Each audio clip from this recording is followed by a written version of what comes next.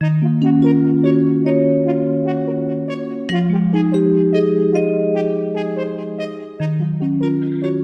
a ocuparnos hoy de Ecuador, porque si se quiere, la palabra podríamos decir que presenta tres frentes de conflicto. Por un lado, los niveles de inseguridad que han llevado a diferentes tipos de homicidios y hasta magnicidios. Por el otro lado, una situación también explosiva, conflictiva en el plano internacional. El caso con México es de algo de lo cual nos vamos a ocupar. Y por último, podríamos ahí englobarlo en una cuestión institucional. Ha convocado el presidente Noboa a un plebiscito. En medio de ese marco y en ese contexto se producen cortes energéticos. Hay quienes dicen que es por sabotaje. Bueno, vamos a hablar con Cristian Racines. Está en Quito y nos va a dar cuenta de algunos de estos detalles. Cristian, ¿cómo estás? Qué gusto, Gustavo, saludarte a la distancia. Un fuerte abrazo, presto para lo que ustedes necesiten conocer. Bueno, contanos un poco, yo recién planteaba estos tres problemas, me imagino que ahí paramos, ¿no? ¿O hay más?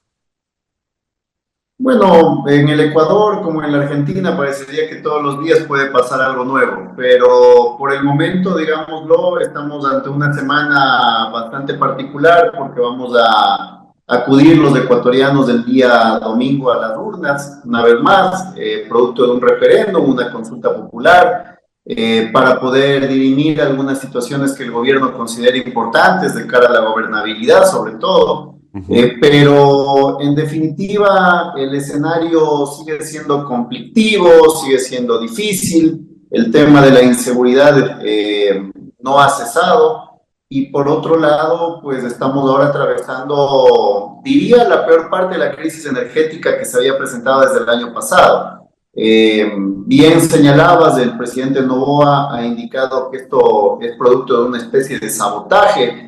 Y claro, uno más o menos ya analiza qué es lo que ha ocurrido en los últimos días, en los últimos meses, en los últimos años, y ya nada sorprendería realmente, porque es mucha coincidencia realmente que esto ocurra a días de una consulta popular que puede marcar algunos precedentes importantes, sobre todo en materia de justicia. Y ahí viene atado todo el tema de lo que mencionabas, ¿no? La incursión en la Embajada de México, el caso de Jorge Glass y de varios narcotraficantes y delincuentes que están hoy pues vinculados a casos de corrupción muy importantes. Bueno, vamos separando entonces cada uno de estos ítems y vayamos a lo concreto y lo más urgente, si se quiere, ¿no? Los cortes energéticos que son aparentemente adjudicados a un sabotaje del correísmo. ¿Qué nos podés contar de esto? En las últimas horas, el presidente Noboa lo que hizo fue separar directamente a la ministra, que estaba al frente del sector, digamos, energético del país. Es una decisión dura que tomó y se está, digamos, considerando la posibilidad de que esto tenga consecuencias incluso de tipo penal. Ahora, existe también el otro lado y es importante mencionarlo. Esta mujer no estaba dentro del perfil justamente profesional para poder asumir un gobierno, perdón, un ministerio de energía. Ujú. Su perfil académico era totalmente diferente. Sin embargo, Noboa la colocó en esa cartera de Estado y las consecuencias hoy se evidencian. Más allá de que pudo haber existido este sabotaje o no, algunas elecciones del gobierno tampoco son del todo acertadas. Ahora, dentro de lo que ocurrió en las últimas horas, algunos reportajes de medios de comunicación que han viajado hasta las distintas hidroeléctricas, sobre todo la que está generando mayores conflictos, que es la hidroeléctrica Mazar, donde realmente hay un decrecimiento, digamos, del caudal de agua de manera abrupta, considerable. Ujú. Hay quienes son moradores de la zona y que además tenían actividades turísticas dentro del área, muchas vinculadas al tema, digamos, del río, y que hacen alusión a que en apenas 12 horas la represa sufrió una pérdida de su caudal de agua, por lo menos diría en un 75% de lo que regularmente venía manteniendo. Entonces, De ahí que nacen todas estas situaciones, estas conjeturas, de que podría haber una especie de sabotaje, tomando en consideración que estamos a unos días nada más de la consulta popular. Claro, claro. ¿Y por qué es que se ha dispuesto, si es que es así, feriados? Es decir, la gente tiene la reducción de su horario laboral. A ver, lo que ha ocurrido es que producto de esta cronología que te hice hace un momento de la represa, empezaron algunos cortes de luz el día domingo, ¿sí? La energía empezó a irse el día domingo, después la semana fue bastante irregular hasta el día de ayer que pues evidentemente el gobierno ya no tuvo otra alternativa que dar a conocer la realidad. Es decir, estamos ante el peor momento de la crisis energética. Ante lo cual, el presidente Noboa, su decisión, acertada o no, ha sido que el día de hoy y el día de mañana en el Ecuador no exista jornada laboral, con lo cual se suspendieron las clases, un montón de consecuencias en materia, digamos, laboral principalmente y educativa. En 2 días que no se tenían previsto para nada tener un feriado.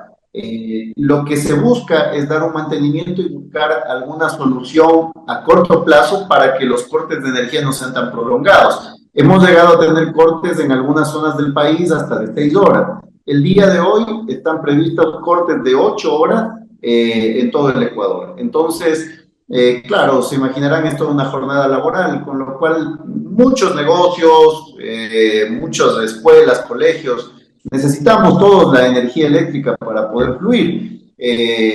Sin ese recurso, digamos que es un servicio básico, muy difícilmente se puede operar con normalidad, de lo cual algunas empresas se han acogido desde el sector privado, otras no. Sin embargo, pues, aunque uno tenga voluntad de hacer las cosas, realmente no hay forma de que se pueda operar con normalidad, ¿no? Comprendo, comprendo. ¿Qué es lo que concretamente se pregunta el domingo en el referéndum, Cristian?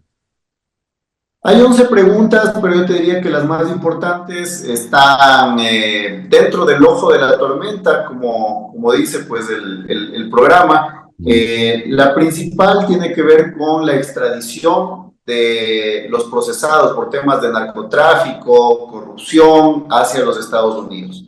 Esa es una de las grandes preguntas que se plantean para el día domingo. Los ecuatorianos tendremos que decidir si queremos que, por ejemplo, alguien que está vinculado a temas de narcotráfico pueda ser extraditado y juzgado en una corte en los Estados Unidos. Algo que ya lo hizo Guillermo Lasso en la última consulta popular, pero esa pregunta perdió. De manera increíble, pues la gente decidió que no, que se los juzgue en el Ecuador. Hay una campaña muy fuerte del correísmo sobre la oposición a este tipo de preguntas que obviamente hacen que se permita la extradición. Una de esas es basándonos en el tema de soberanía, de abusos de la justicia norteamericana sobre el Ecuador o sobre otros países donde existe la extradición. Sin embargo, bueno, hay casos muy sonados como el del Chapo Guzmán, por ejemplo, en México, donde la extradición de este delincuente, pues obviamente ha permitido un debilitamiento, si se quiere, entre comillas, en el cartel de Sinaloa. Yo creo que en tanto se pueda tomar en consideración que la gente reflexione sobre lo que ha ocurrido en estos últimos meses en el Ecuador, en este último tiempo, donde se ha notado claramente que el narcotráfico es un problema muy grave. Esa pregunta va a jugar un papel muy importante. Ahora, la otra pregunta que tiene un papel muy preponderante tiene que ver con el tema de la flexibilización laboral. Yo creo que ahí hay una fuerte controversia porque se está contemplando la posibilidad del trabajo por hora.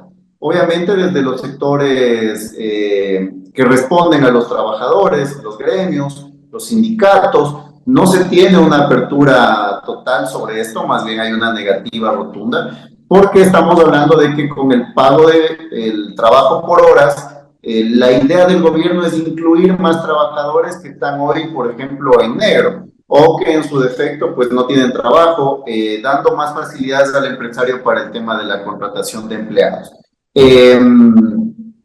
Del otro lado viene lo demás, ¿no? si es que vamos a tener la chance, esas personas de trabajar por horas, si van a tener algún acceso, por ejemplo, a temas de seguridad social, si van a tener temas de salud, no va a haber una afiliación, obviamente, porque no hay una relación de dependencia. Entonces, todas estas cuestiones entran en juego.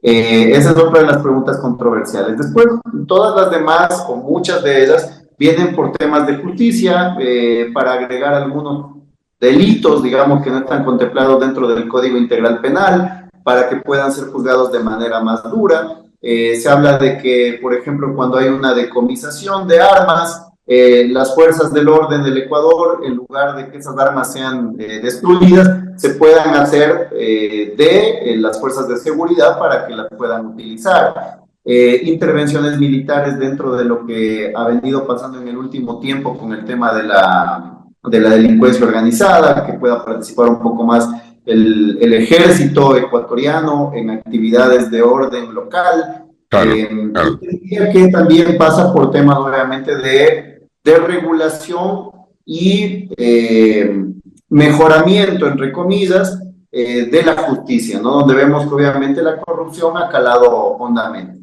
Pero cada una de esas preguntas, que por lo que veo son varias, puede ser respondida individualmente, es decir, que el resultado puede ser alternativo, ¿no? No necesariamente es un sí por un lado y un no por el otro. Es un sí y un no. Ah, Entonces tenemos que ver o sea, si uno elige el sí, cómo... elige todas las reformas que No, propone el no, no. gobierno. No, no, no. Lo que se va a buscar es, digamos, puedes elegir entre el sí y el no en cada pregunta, Ah, y después, obviamente, la que genere mayoría, pues va a ganar. claro, claro, puede ser entonces algo aleatorio, entonces. Es aleatorio, Ahí ajá. está, Sí, sí. perfecto. Lo que no es un voto en plancha, digamos, lo que sería un sí de todo o un no de Sí, todo. ahí sería como una especie de trampa si fuera así. Pero Exacto. también, al ser aleatorio, permite que cada uno defina qué tipo de Ecuador pretende para el futuro. Cristian, ya nos vamos metiendo en el problema, en el meollo de la cuestión, ¿no? Yo decía que Ecuador ha tenido magnicidios. Magnicidio lo defino desde el momento en que matan a un candidato presidencial. De allí resulta electo finalmente luego Noboa, pero también hubo asesinatos de alcaldes, acá les llamamos intendentes o gobernadores. Contanos un poco cuál es la situación que se vive hoy día allí. ¿Eso calmó? ¿Está igual? ¿Puede haber otro tipo de circunstancia similar? Anoche asesinaron a un alcalde de una pequeña ciudad del Ecuador. Así que creo que con eso te respondo inmediatamente la pregunta. Está muy difícil el tema, a no solamente funcionarios públicos, sino, digamos, el ecuatoriano de a pie. Todos los días, pues, teme por su vida, todos los días teme porque pueda ser víctima del crimen común, digámoslo así, porque ya que el crimen organizado se está llevando gran parte del protagonismo, pues permite que pequeños delincuentes también salgan y hagan de las suyas ante la impunidad que existe, ante la falta de capacidad de control, porque, digámoslo así, las cárceles pueden estar sobresaturadas. No es una cuestión que se soluciona solamente construyendo más centros de reclusión. El problema es mucho más profundo y no se está trabajando en procura de esa complejidad que amerita. Entonces, yo te diría que hace poco hubo una consecuencia bajo la cual el gobierno anunció medidas que sean sostenibles en el tiempo, incrementando el IVA en el Ecuador, el impuesto al valor agregado, en un 3% más. El IVA en el Ecuador, a diferencia de la Argentina, de lo que entiendo es del 21% en la Argentina, aquí en el Ecuador era el 12%. Situaciones extraordinarias donde se subió el IVA cuando hubo el terremoto de Manabí en el año 2016, con el pretexto de que obviamente con ese incremento de los 3 puntos del IVA se iba a lograr reconstruir la provincia de Manabí, que quedó devastada por el terremoto.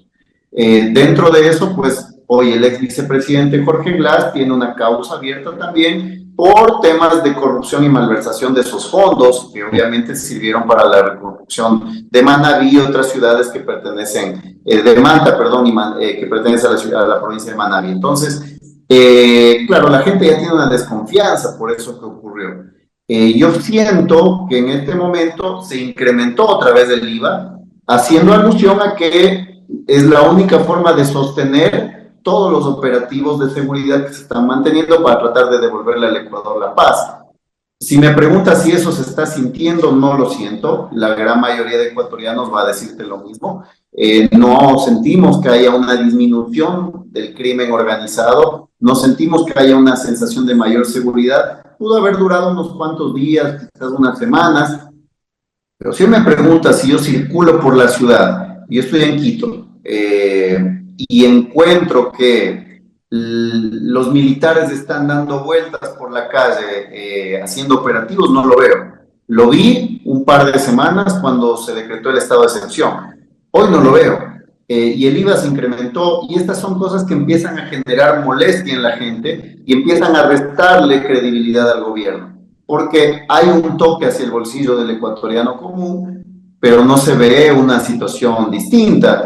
La familia del presidente debe ser, yo el otro día me reía un poco porque un jugador de fútbol de la selección nacional, Leonardo Campana, es compañero de Messi en el Inter de Miami. Sí. Y claro, existe un meme muy famoso que circula en las redes sociales, una foto que están Campana y Messi. Dicen, ¿sabrá Messi que Campana tiene más plata que él? Y claro, es una familia de las más ricas del mundo. Dueños de un imperio realmente bananero acá en el Ecuador y gran parte del sector de la construcción. Bueno, lo primero que hizo el presidente en este tiempo es darles podríamos llamarlo, quitarles las sanciones que tenían, entre comillas, por no pagar al fisco a empresas como, por ejemplo, la empresa de su tía o la de su propio grupo, que es el Grupo Novoa, que deben millones en impuestos al Ecuador, al fisco.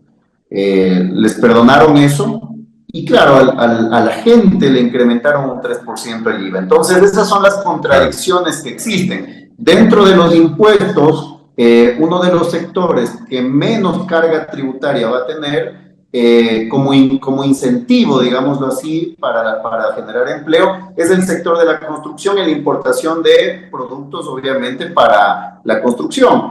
El mayor beneficiario de eso es justamente la familia Novoa. Entonces, esas son las contradicciones que hoy existen. Entonces, claro, el pretexto es el tema de la seguridad, y tratar de darle a los negocios más tranquilidad. Pero por otro lado vemos que hay una realidad paralela que la gente se empieza a dar cuenta que también existe. Recordanos cuándo es que se van a llevar a cabo elecciones para elegir presidente en Ecuador. Será en unos meses más, si no estoy mal, será el próximo año, el año 2025, en el mes de febrero. Ahí se van a realizar las próximas elecciones para elegir un nuevo presidente. Este es un gobierno de transición, digámoslo así, un gobierno electo por apenas 15 meses, producto de lo que ocurrió con la muerte cruzada que realizó el expresidente Guillermo Lasso. No le queda mucho tiempo y creo que para el gobierno es una cruzada importante esta consulta popular, porque ellos sienten que si ganan en la consulta popular, van a tener la chance de encontrar al menos un indicador de si hay o no aceptación a su gestión. Creo que lo que pasa en este fin de semana va a ser un detonante importante de cara a las decisiones que se han tomado y medir las que ya venían tomando, ¿no? Déjame aclarar, la muerte cruzada es un recurso jurídico que tiene institucionalmente Ecuador para la renovación presidencial, no es literal, porque veníamos hablando de muertes a nivel política, en ese caso sí, muerte física. Vale la aclaración. Por último, no, porque por ahí hay gente que nos está mirando, nos está escuchando y no conoce esa alternativa. Cristian, por último, tal vez uno de los temas que más ha llevado la temperatura de Ecuador a nivel global, ¿no? Que es la irrupción de las fuerzas de seguridad en la Embajada de México, lo cual ha merecido, bueno, una pelea diplomática con México, pero se ha sumado Venezuela y no sé si alguno más. Contanos, por favor, eso. Se sumó Colombia, que era nuestro principal aliado para vendernos de energía por estos tiempos. Mm. Colombia rompió relaciones diplomáticas con el Ecuador, había un encuentro bilateral en esta semana pasada y eso pues el presidente Petro decidió no hacerlo, por lo cual está rota la relación con Colombia también. Venezuela decidió levantar su embajada en esta semana y pues esa fue la decisión del presidente Maduro. Ahora, con México también están rotas las relaciones. Todo esto tiene muchas consecuencias, o sea, desde donde querramos analizarlo, yo creo que es más lo que se pierde que lo que se gana con la acción que tomó el presidente Noboa. Pero ese es mi criterio y quizás a la gente mucho no le importe lo que yo pienso. Pero lo que sí te diría es que no existe un caso, por lo menos en los últimos 30 años, similar a lo que ocurrió ahora, porque hubo una irrupción tremenda. Existe un caso en la Argentina, en tiempos de dictadura, que era uno de los antecedentes justamente de una irrupción a una embajada, pero después no existe más, no existe más. Entonces lo que ha hecho Ecuador es sentar, creo yo, un precedente de derecho internacional, de cuestiones diplomáticas muy complejo de analizar, porque se dirimen muchas cosas. La primera es, creo yo, fundamental, el tratado que existía previamente, no se puede invadir una embajada porque estamos invadiendo otro país. Partiendo de esa base es absurdo. Ahora, existen antecedentes con Colombia. Ustedes no sé si recordarán, pero en el año 2008, si no estoy mal, hubo una irrupción del ejército colombiano hacia la frontera ecuatoriana para eliminar a grupos terroristas, guerrilleros, y eso ocurrió en territorio ecuatoriano. Entonces hay un antecedente ahí, si se quiere, de una invasión a un territorio de un país, pero no de una embajada. Entonces yo creo que en este momento se ha mostrado claramente un rechazo por parte de todos los organismos internacionales sobre lo que ha ocurrido con la invasión a la Embajada de México. Ahora, esto plantea un conocido jurista y abogado del Ecuador, que fue candidato a vicepresidente de Lazo hace algunos años, Juan Carlos Solines. Él planteaba algo. Esto, si bien marca un mal precedente, también marca un análisis sobre hasta dónde se deberían reformar ciertas cuestiones, como por ejemplo el asilo político, que está bien, pero lo otro es utilizar estas herramientas para que una persona que tiene una causa abierta y que tenía que presentarse ante la justicia ecuatoriana cada cierto periodo de días, pues tenga bajo el, digamos, bajo el criterio de que es un perseguido político un asilo que quizás está tapiñando o escondiendo realmente lo que es una búsqueda de que esta persona, bajo la impunidad, pueda eximirse de sus penas dictadas por una corte ecuatoriana y que están obviamente pues sentenciadas. Entonces, ese es el caso de lo que ocurre hoy con Jorge Glass. El gobierno dice que hubo una especie de operativo que mediante inteligencia se supo que Jorge Glass iba a escapar y que se iba a ir para México. Se dice que en México estaban todos los miembros de Alianza País, es decir, ex Alianza País, que era el partido de Rafael Correa, ya juntos, porque aparte del presidente Correa era su cumpleaños, y México tiene muchos asilados de quienes fueron parte de la gestión del correísmo. Entonces, vienen de la misma línea ideológica y creo que además del comentario del presidente López Obrador, fue muy desafortunado cuando hace alusión justamente al magnicidio del candidato Fernando Villavicencio, dando a entender que producto de esa acción llega un presidente, entre comillas, digámoslo, neófito en el área, para poder asumir un cargo que, por lo que se lee entre líneas, él supone no está preparado.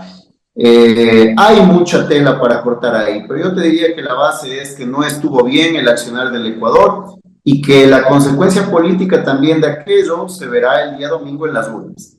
Eh, Hay evidentemente ciertas, eh, podríamos decir, ciertos cortocircuitos que alimentan la decisión que tomó Noboa, ¿no? Y esto que acabas de mencionar, las declaraciones de Ecuador, perdón, de López Obrador, en el sentido que eran provocadoras, los gestos que desde Venezuela se pueden apreciar. Chile está denunciando que hubo una irrupción de comandos venezolanos para o no oficiales en su territorio para matar a un asilado político también.